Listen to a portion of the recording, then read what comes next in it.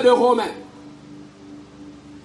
Romains chapitre 8, verset 1. Romains chapitre 8, ici. Il y a donc maintenant aucune condamnation pour ceux qui sont en Christ, lesquels marchent non pas selon la chair, mais selon l'esprit qui est en Christ. Bien-aimés, nous comprenons une chose ici. Il y a certaines versions de la Bible où cette portion n'est pas ajoutée. La Bible nous dit, marchez donc selon la chair, mais selon l'esprit qui est en Christ. Voilà pourquoi, bien-aimés dans le Seigneur, la Bible nous recommande cela dans le livre de Romains, chapitre 8, verset 1. Je reprends encore la lecture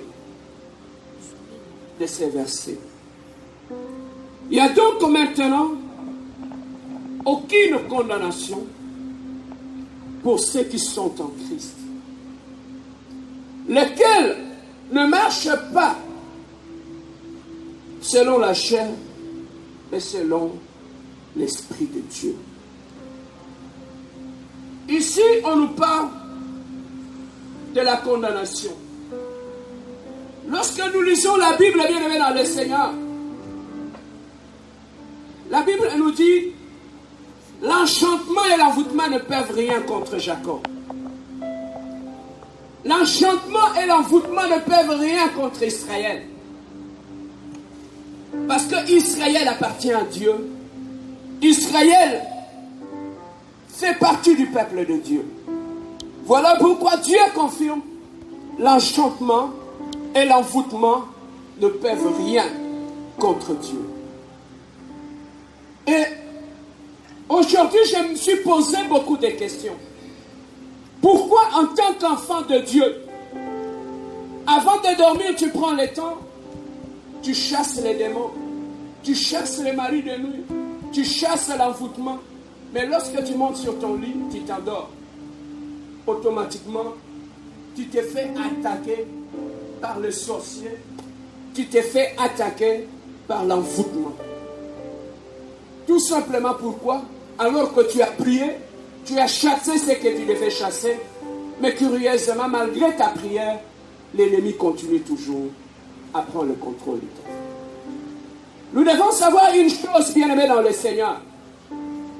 En termes de la chrétienté, nous avons les chrétiens spirituels, ceux qui sont conduits par l'esprit. Nous avons aussi des chrétiens charnels qui sont conduits par la chair. Ça veut tout simplement dire qu'il y a des chrétiens que leur vie est influencée par l'Esprit de Dieu. Il y a aussi des chrétiens que leur vie est influencée par la chair.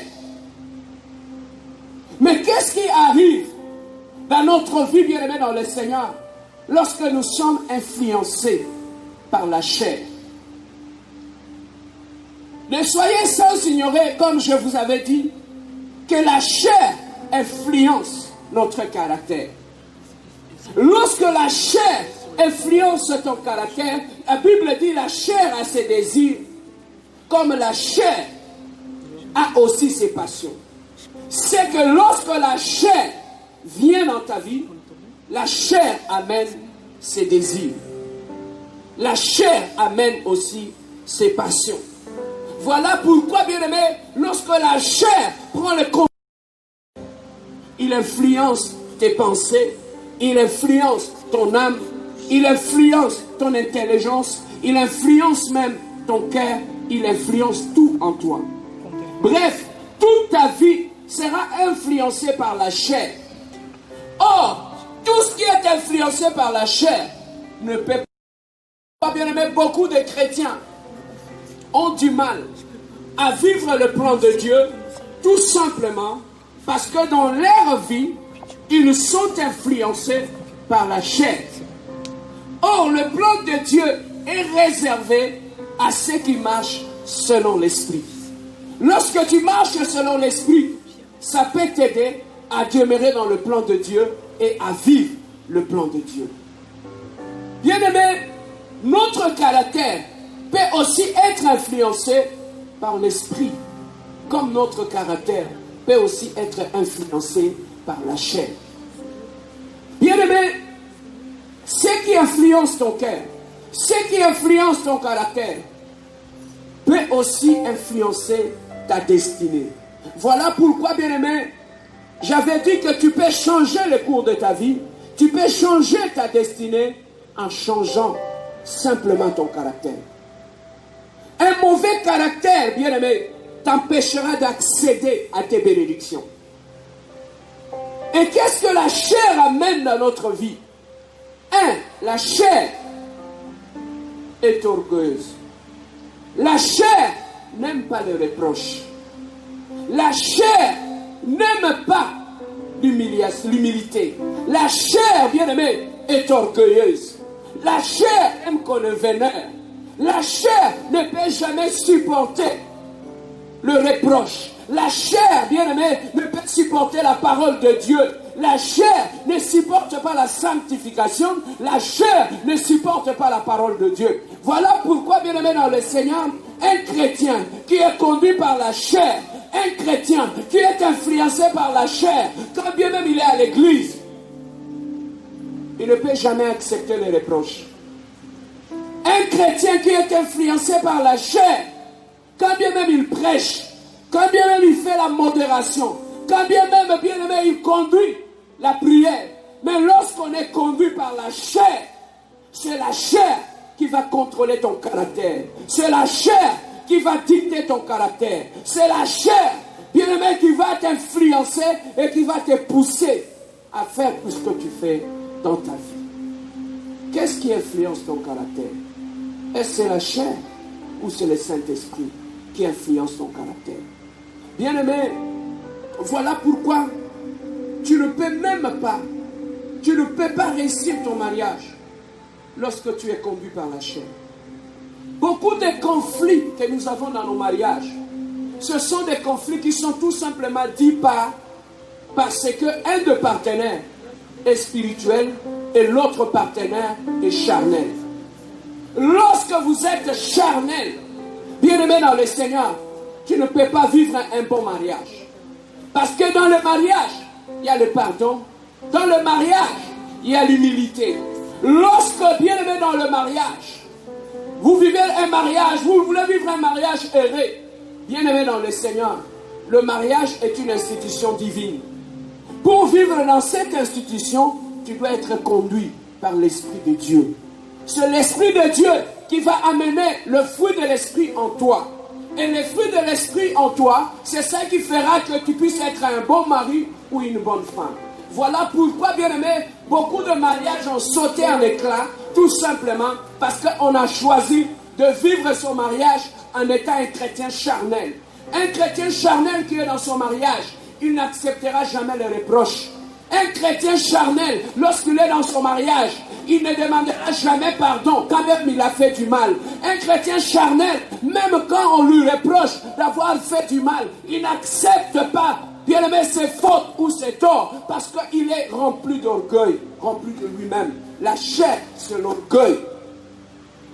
Voilà pourquoi, bien aimé, tu peux trouver même au sein de l'église quelqu'un qui conduit bien la prière, qui conduit bien la modération, quelqu'un qui conduit bien l'adoration. Mais lorsqu'il sort de la chair, lorsqu'il quitte, bien aimé, le stage dans sa vie de tous les jours, il redevient un chrétien charnel, il redevient invivable, il redevient antisocial. Bien aimé, tu ne peux pas être un bon chrétien, manifester les caractères du Christ, manifester la nature du Christ lorsque tu es contrôlé, conduit, orienté par la chair. Parce que les désirs de la chair sont différents de Dieu. Mais un chrétien spirituel qui est conduit par l'Esprit de Dieu, la première des choses, le Saint-Esprit imprime en nous le caractère de Dieu. Voilà pourquoi celui qui marche selon l'Esprit, il manifeste le fruit du Saint-Esprit. Le fruit du Saint-Esprit, c'est ça même le caractère de Dieu en nous. Voilà pourquoi, lorsque tu n'es pas un chrétien spirituel, tu ne peux pas manifester le caractère de Jésus-Christ. Quand bien même tu as fait 100 ans l'église, quand tu es un chrétien charnel, tu ne manifesteras jamais le langage du Christ, jamais le caractère de Jésus-Christ. Tu seras toujours un païen parce que ta vie est influencée par la chair. Voilà pourquoi ta vie est un échec, parce que la chair te conduit vers un échec. La terre te conduit, la chair te conduit vers des mauvaises choses. Alors lorsque ton caractère est influencé soit par le Saint-Esprit, soit par la chair, les deux ont de l'impact direct sur ta destinée. Ont de l'impact direct sur ta vie, même dans tes relations. Bien-aimé, pour être quelqu'un de bien, une bénédiction pour les autres dans tes relations, tu as besoin d'avoir le fruit de l'esprit en toi. Pour avoir le fruit de l'esprit en toi, tu dois être contrôlé, orienté par le Saint-Esprit. C'est le Saint-Esprit qui amène la douceur. C'est le Saint-Esprit qui amène la maîtrise de soi. C'est le Saint-Esprit qui amène la tempérance. Or, la maîtrise de soi, la douceur, la tempérance ont un impact direct dans nos relations, dans nos rapports. Lorsque tu manques la maîtrise de soi, tu ne pourras jamais être un meilleur ami. Lorsque tu manques la maîtrise de soi en toi, tu ne pourras jamais être, bien-aimé dans le Seigneur, un bon mari. Lorsque tu manques la maîtrise de soi, il te sera très difficile d'être une bonne femme dans ton mariage.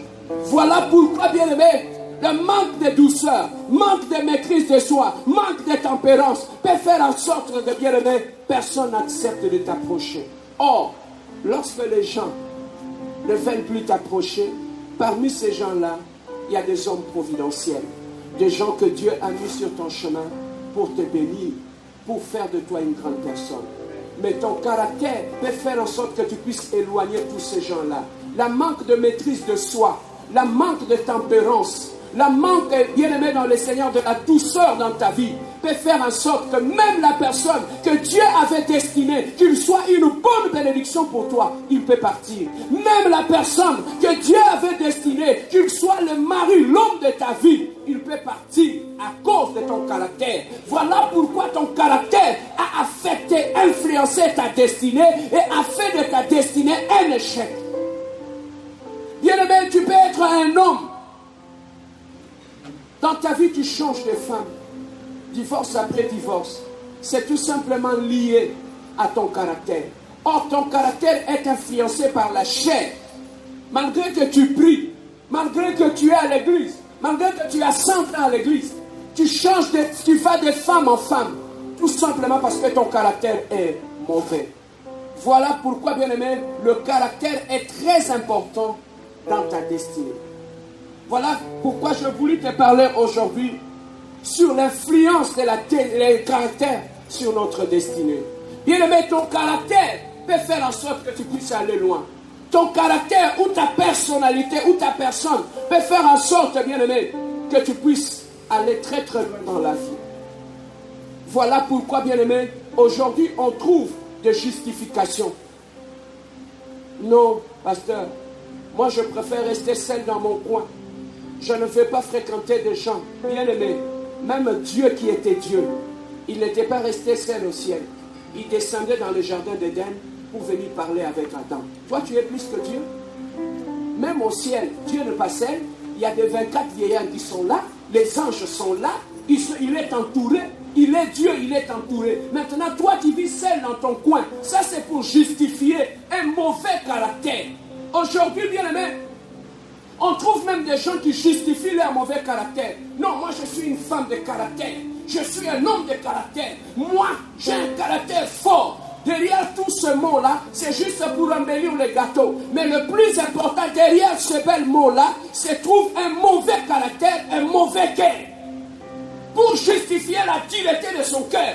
Non, moi je suis un homme de principe, je suis un homme de caractère, je suis une femme de caractère, un homme de principe. Derrière toutes ces choses-là, bien aimé, il y a un chrétien charnel et méchant qui se cache derrière ce bel mot-là. L'homme n'a pas été créé pour vivre seul dans son coin. Dieu avait créé l'homme pour que, bien aimé, nous soyons une bénédiction pour les autres. Mais qu'est-ce qui nous éloigne? Qu'est-ce qui nous isole? Bien aimé, c'est parce qu'on a un mauvais caractère.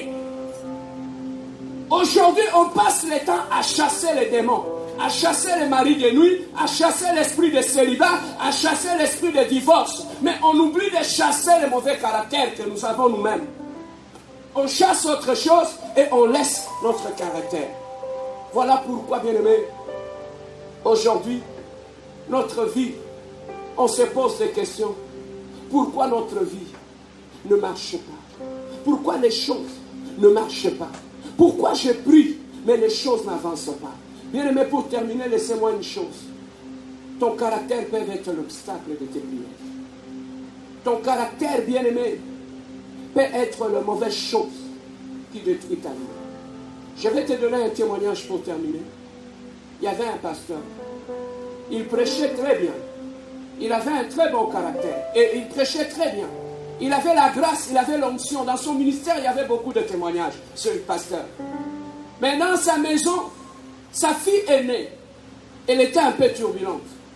Un jour, ce pasteur-là, il était aussi influent, malgré sa spiritualité, il était influencé plus sur la chair. Donc il y a la balance penchée plus dans sa vie vers la chair. Or dans la chair, il y a la colère. Et ce pasteur a été contrôlé par la colère.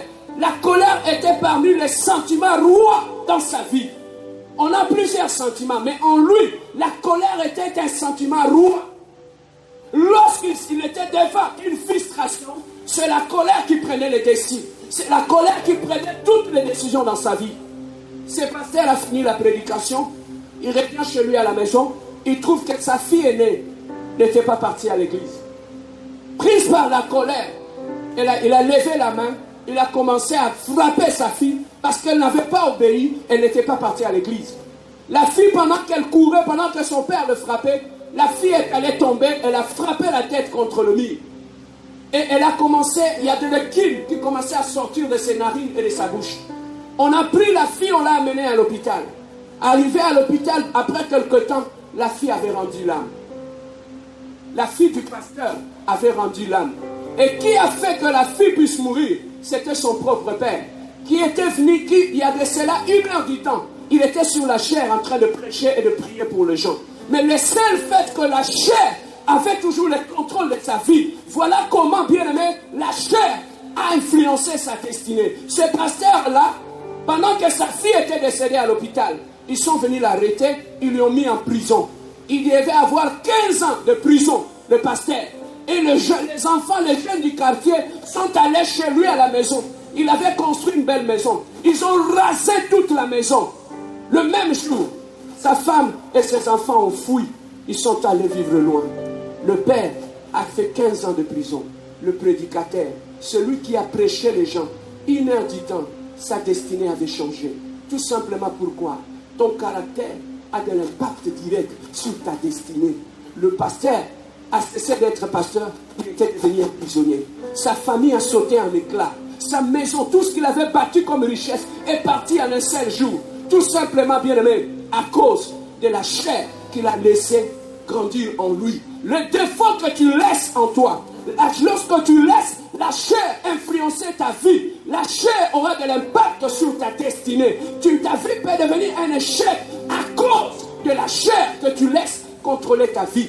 Regardez dans la Bible, Samson, il avait une destinée, il avait l'onction en lui, mais tout simplement à cause de la chair, il est allé détruire la grâce de Dieu sur le genre de Dalila. Sa destinée était finie.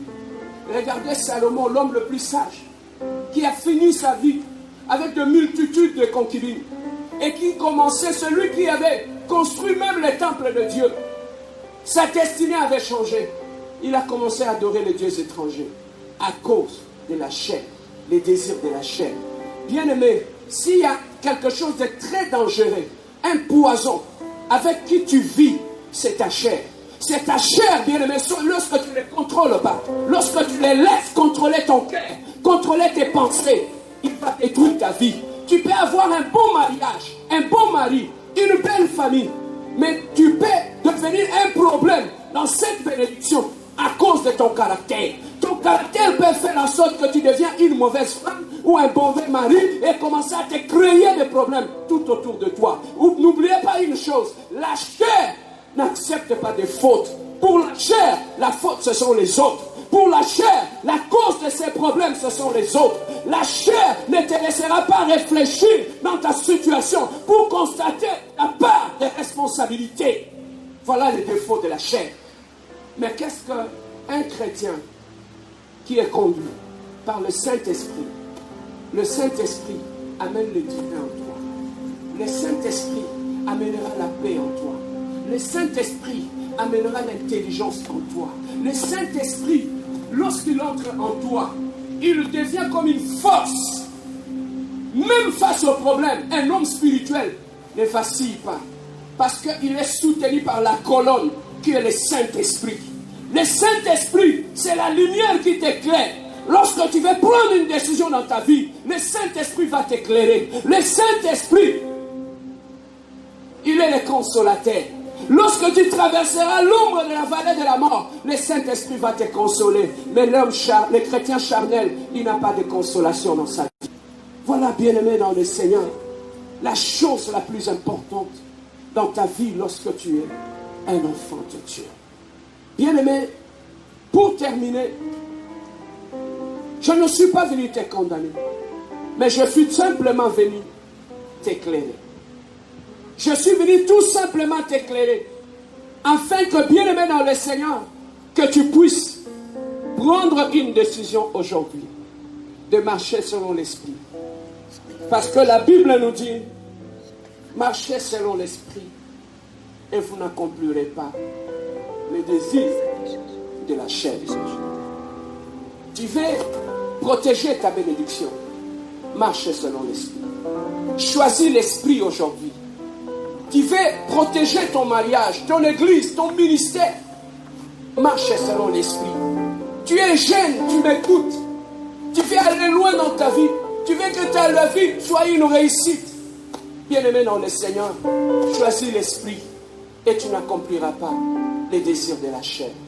Tu as une décision à prendre maintenant. Avant de terminer cette prédication, j'aimerais que tu puisses prendre une décision de marcher selon l'Esprit. J'aimerais que tu puisses prendre une décision de marcher selon l'Esprit. Afin que, bien-aimé dans le Seigneur, que tu puisses accomplir les désirs de l'Esprit. Baisse les yeux là où tu es. Dieu a un plan pour ta vie. Dieu a un plan pour ton mariage. Dieu a un plan pour tout ce que tu as. Mais une chose, bien-aimé dans le Seigneur, c'est ton caractère qui t'empêchera d'entrer dans ton mariage.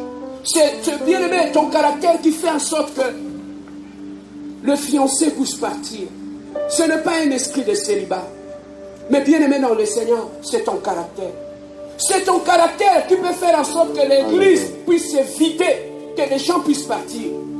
La prédication, bien-aimé dans le Seigneur, peut attirer de multitudes de gens. Les grâces, le don peuvent attirer de multitudes de gens. Mais ce qui fait que les gens puissent rester dans l'église, c'est le caractère du pasteur. Un mauvais caractère du pasteur, de la femme du pasteur, des enfants du pasteur, feront en sorte que les gens puissent quitter l'église. Voilà pourquoi, bien-aimé, notre caractère a un impact direct, même sur l'œuvre de Dieu, même dans notre destinée. Aujourd'hui, bien-aimé, je parle à une personne. Tu as perdu beaucoup de fiancés. Je parle à une personne. Tu as perdu beaucoup de collaborateurs dans tes affaires. Tu as perdu, bien-aimé, des sommes providentielles que Dieu avait mis sur ton chemin pour t'aider. Aujourd'hui, ils ne sont plus là. Tu es resté tout seul. Mais bien-aimé, ce n'est pas encore perdu. Retravaille ton caractère afin que Dieu puisse te restaurer et restaurer ta destinée. La grâce est encore disponible ce soir. Oui, c'est encore possible. C'est encore possible. Le ciel est encore ouvert. Dieu veut te restaurer. Tu avais perdu ton mariage, tu te retrouves aujourd'hui divorcé. Mais bien aimé, il y a un avenir pour toi. Dieu est capable de restaurer ton caractère et de faire de toi un homme ou une femme formidable. Je t'amène au bas de la croix. J'aimerais que tu pries avec moi. Ton mariage ne marche pas. Il y a tout le temps des disputes, des problèmes. Je te conseille de revenir à Dieu, le maître de temps et de circonstances. Celui qui est capable de restaurer ton caractère. Non, dans ton mariage, ce n'est pas un problème d'amour, mais c'est un problème de caractère. Et ce problème de caractère est venu tout simplement parce que vous allez à l'église, mais vous êtes toujours influencé par la chair. Voilà pourquoi le caractère est influencé. Mais aujourd'hui, c'est à toi de prendre une décision. Nous allons chanter avec le papa, frère Joe. Et après ce cantique, nous voulons prier. Seigneur, tel que je suis, je viens à toi. Oui, je viens à toi. Alléluia. Je viens à toi. Là où tu es, commence déjà à prier. Commence déjà à prendre une décision. Là où tu es, commence déjà à prendre une décision. Oh oui, je viens. Demande au Saint-Esprit, je t'ai choisi. Je vais conduire ma vie selon l'Esprit. Cette prédication est destinée non pas aux païens, mais à ceux qui vont à l'église, à ceux qui prêchent, à ceux qui dirigent la chorale, à ceux qui font la modération, à ceux qui dirigent l'intercession. Choisis l'Esprit et tu n'accompliras plus les désirs de la chair.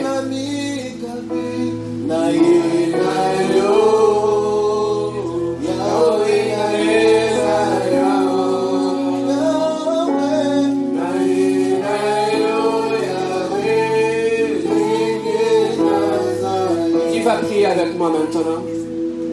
Éternel le Dieu de gloire, Seigneur, je prie pour mon frère qui me regarde maintenant, pour ma sœur, éternel Dieu. Il a connu pas mal d'échecs dans sa vie. Il a connu pas mal de problèmes dans sa vie. On pensait que c'était l'envoûtement et la sorcellerie. Mais aujourd'hui, nous avons compris une chose. Notre vie avait été influencée par la chair. Voilà pourquoi notre destinée est devenue un échec. Mais aujourd'hui, Seigneur, je prends la décision de marcher selon l'Esprit. Je prends la décision de marcher selon l'Esprit. De laisser que l'Esprit de Dieu puisse contrôler mon cœur, mes pensées. Je laisse que l'Esprit de Dieu puisse influencer ma vie. Seigneur, je prie la décision de ne plus laisser la chair conduire mes décisions. De ne plus laisser le zèbre de la chair, la passion de la chair prendre le dessus sur ma vie. Aujourd'hui, je ne veux plus laisser la chair être la reine de mon cœur, contrôler mon cœur. Mais Seigneur, je choisis la vie. J'ai choisi la vie. Lève tes mains là où tu es. Dis, Saint-Esprit de Dieu, je t'invite, mon ami. Le Saint-Esprit est un ami fidèle. Dis-lui, je t'invite aujourd'hui à diriger ma vie, à prendre le contrôle de ma vie, à régner dans ma vie. Viens, cher Saint-Esprit de Dieu. Je t'ai choisi aujourd'hui. Influence mon caractère. Influence ma destinée. Cher Saint-Esprit de Dieu, influence ma vie. Influence mon mariage. Influence ma maison.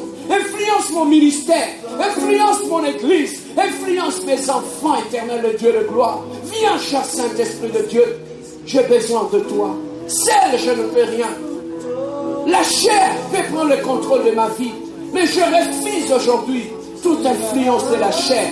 Seigneur Jésus, éternel le Dieu de gloire, dans le passion de la chair, il n'y a que l'impudicité, il n'y a que l'adultère, il n'y a que l'hypocrisie, il n'y a que le mensonge, éternel de Dieu. Oh, l'Éternel a horreur de ces choses-là. Mais aujourd'hui, je pris la décision, Adonai, de te servir et d'être un chrétien spirituel, de marcher en esprit, de vivre en esprit. Que le Saint-Esprit renouvelle mon intelligence, renouvelle mon cœur, renouvelle mes passions. Je me laisse entre tes mains. Façonne-moi. Merci Seigneur pour ton nom. Merci pour ta vie. Amen. Oui, bien-aimé, maintenant, tu es entré à l'école du Saint-Esprit. Laisse-toi maintenant, chaque jour, être formé. Laisse que chaque jour, ton caractère soit brisé par le Saint-Esprit. Laisse que maintenant ton caractère commence à renouveler ton intellect. Laisse que maintenant ton caractère commence à renouveler tout ce qui la chair avait détruit en toi. Laisse maintenant que le Saint-Esprit vienne en toi. Ne prends plus aucune décision sans écouter le Saint-Esprit. N'écoute plus ta colère. N'écoute plus la haine. N'écoute plus la méchanceté. Maintenant, apprends à écouter le Saint-Esprit.